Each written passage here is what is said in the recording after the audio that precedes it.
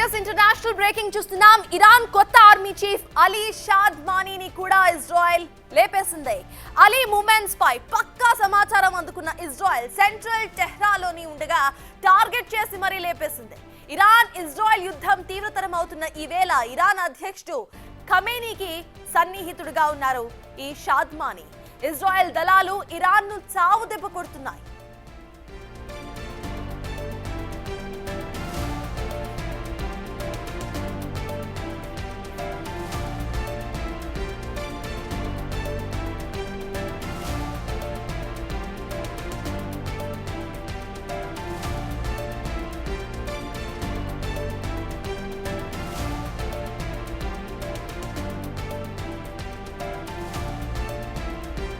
ఇక యుద్ధ నేపథ్యంలో ఇటు ఇరాన్ లో ఉన్న భారతీయ పౌరులను టెహ్రాన్ నుంచి బయటకు రావద్దని హెచ్చరించింది భారత కాన్సులేట్. ప్రెజెంట్ మనం చూస్తున్నాం కొన్ని దేశాలు కూడా కంప్లీట్ గా వాళ్ళ సిటిజన్స్ ఎవరైతే ఉన్నారో వాళ్ళందరినీ కూడా తిరిగి తమ దేశాలకు రావాలంటూ కూడా ఒక సజెషన్ ఇచ్చినట్టు తెలుస్తోంది. దీనికి సంబంధించి పూర్తి అప్డేట్స్ మా ప్రతినిధి శివ అందిస్తారు. శివ, చెప్పండి, అసలు ప్రెసెంట్ అక్కడ ఏం జరుగుతోంది? దీనికి సంబంధించి భారత సిటిజన్స్ ఎవరైతే ఉన్నారో వాళ్ళకి సంబంధించి ప్రెసెంట్ కాన్సులేట్ ఏమంటోంది? అప్డేట్స్ ఏంటి?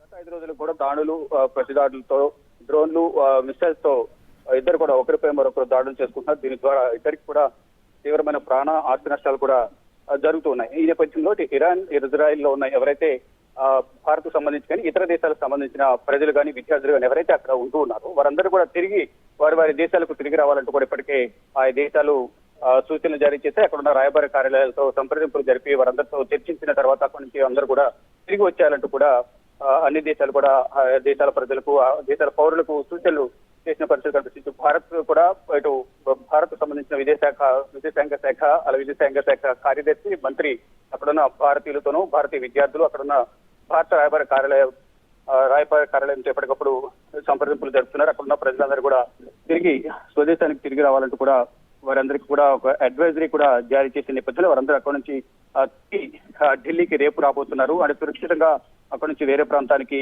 వారందరూ కూడా వెళ్ళిపోయారు. అక్కడి నుంచి రేపు ఢిల్లీకి అక్కడి నుంచి బయలుపోతున్నారు. బయలుదేరుతున్న నేపథ్యంలో అక్కడ ఉన్న ప్రజలందరూ కూడా సురక్షితంగా ఇక్కడ తీసుకొచ్చే విధంగా కూడా ఇటు భారత ప్రభుత్వం అక్కడున్న ఇరాన్ కాన్సులేట్లు ఎవరైతే రాయబార కార్యాలయం ఏదైతుందో భారత రాయబార కార్యాలయం వారందరితో కూడా ఎప్పటికప్పుడు భారత విదేశాంగ శాఖ మంత్రి అలాగే కార్యదర్శి ఎప్పటికప్పుడు వారందరితో సంప్రదింపులు జరుపుతున్న పరిస్థితి కనిపిస్తోంది.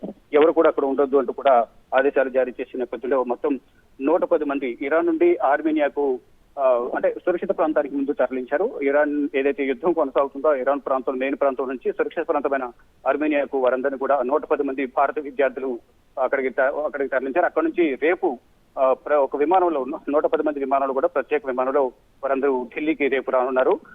అలాగే ఏదైతే ఆపరేషన్ రైజింగ్ లైన్ లో ఇరాన్ అణ్వాయుధాలను సంబంధించి అక్కడ వారు ఆపరేషన్స్ కొనసాగుతున్న నేపథ్యంలో ఇటు ఇరాన్ కానీ ఇజ్రాయెల్ కానీ ఇద్దరు కూడా కొత్త ఆపరేషన్స్ ఇద్దరు కూడా చేస్తూ ఉన్నారు. ఒకరిపై ఒకరు దాడులు, ప్రతిదాడులతో భీకర యుద్ధం అనేది తారస్థాయికి చేరుతూ ఉన్న నేపథ్యంలో అక్కడున్న ప్రజలందరినీ కూడా ఇటు భారత్ పాటు ఇతర దేశాలకు సంబంధించిన ప్రజలు కానీ అక్కడ ఉన్న స్టూడెంట్స్ ఎవరైతే ఉన్నారో వారందరూ కూడా ఖాళీ చేయాలంటూ కూడా అందరికీ అడ్వైజరీ జారీ చేశారు. దానిలో భాగంగానే ఇప్పుడు భారత్ సంబంధించిన 110 మంది విద్యార్థులు మొదటగా వారందరూ బయలుదేరుతున్నారు. ఇక మిగిలిన వారు ఎవరైతే ఉంటారో వారు మొదటి తర్వాత మళ్ళా ఇది మొదటి బ్యాచ్ తర్వాత మరి కొంతమంది ఎవరైతే ఉన్నారో వారందరినీ కూడా తిరిగి వచ్చేయాలంటూ కూడా ఇటు భారత ప్రభుత్వం ఆదేశాలు జారీ చేసింది. ఇక టెహ్రాన్ మరియు ఇజ్రాయెల్ మధ్య ఉద్రిక్తత పెరుగుతున్న నేపథ్యంలోనే భారతదేశం నుండి భారతదేశం ఇరాన్ నుండి తమ పౌరులను తరలించాలని కూడా నిర్ణయించుకుంది. ఆర్మేనియాలోకి సురక్షితంగా 110 మంది వచ్చారు.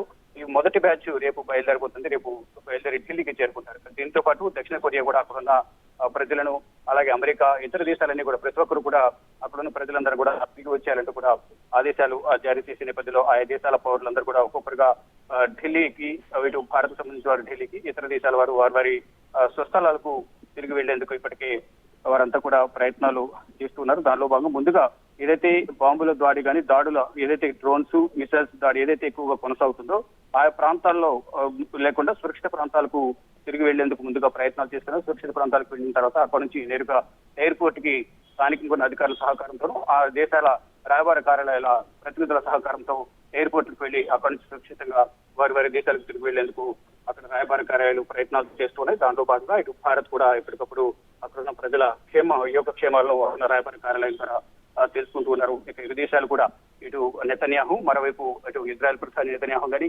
ఇటు మరోవైపు ఇరాన్ అధ్యక్షుడు కూడా ఇద్దరు ఇటు మాటల దాడి కొనసాగుతుంది. మరోవైపు డ్రోన్లు మిసైల్స్ ద్వారా దాడులు చేసుకున్నారు. నేను కూడా ఇరాన్ లో ఒక న్యూస్ ఛానల్ పైన కూడా గవర్నమెంట్ న్యూస్ ఛానల్స్ అక్కడ న్యూస్ ప్రజెంట్ చేస్తున్న సమయంలో కూడా యాంకర్ పై మిసైల్ దాడి డ్రోన్ల దాడి జరిగింది. అలాగే ప్రతి చోట కూడా ఇటు ఇరాన్ ఇజ్రాయెల్ ఇద్దరు కూడా ప్రతి దాడులతో ఒకరిపై ఒకరు దాడులు చేసుకుంటున్న నేపథ్యంలో అక్కడ సాధారణ పౌరులు కూడా తీవ్ర ఇబ్బందులు ఎదుర్కొన్న పరిస్థితి కనిపిస్తుంది. ఈ నేపథ్యంలోనే ఆయా దేశాలకు సంబంధించిన పౌరులను తిరిగి రావాలంటూ కూడా ఇటు దేశాధినేతలు వారందరికీ కూడా ట్రావెల్ అడ్వైజరీ జారీ చేస్తున్నారు. మరోవైపు ఇటు దక్షిణ కొరియా కూడా ఇరాన్ ఇజ్రాయెల్ మధ్య యుద్ధం అనేది తీవ్రతరం అవుతున్న నేపథ్యంలో స్వదేశాలకు రావాలంటూ కూడా వారు సూచనలు జారీ చేశారు.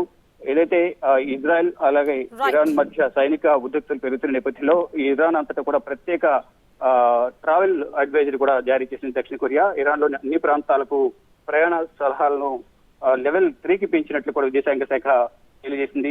దక్షిణ కొరియాకు సంబంధించి దక్షిణ కొరియాతో పాటు అన్ని దేశాలకు సంబంధించిన ప్రతి ఒక్కరు కూడా వారి పౌరులందరూ కూడా సురక్షితంగా స్వదేశాలకు తిరిగి రావాలనే ఉద్దేశంతో అక్కడున్న ప్రజలందరూ కూడా ఎవాక్యుయేట్ చేపిస్తారు, ఖాళీ చేపిస్తూ కూడా ఆదేశాలు జారీ చేస్తున్నారు. అక్కడున్న రాయబార కార్యాలయాల ద్వారా స్వదేశాలకు తీసుకొస్తున్న పరిస్థితి కనిపిస్తోంది. Right, thank you Shiva.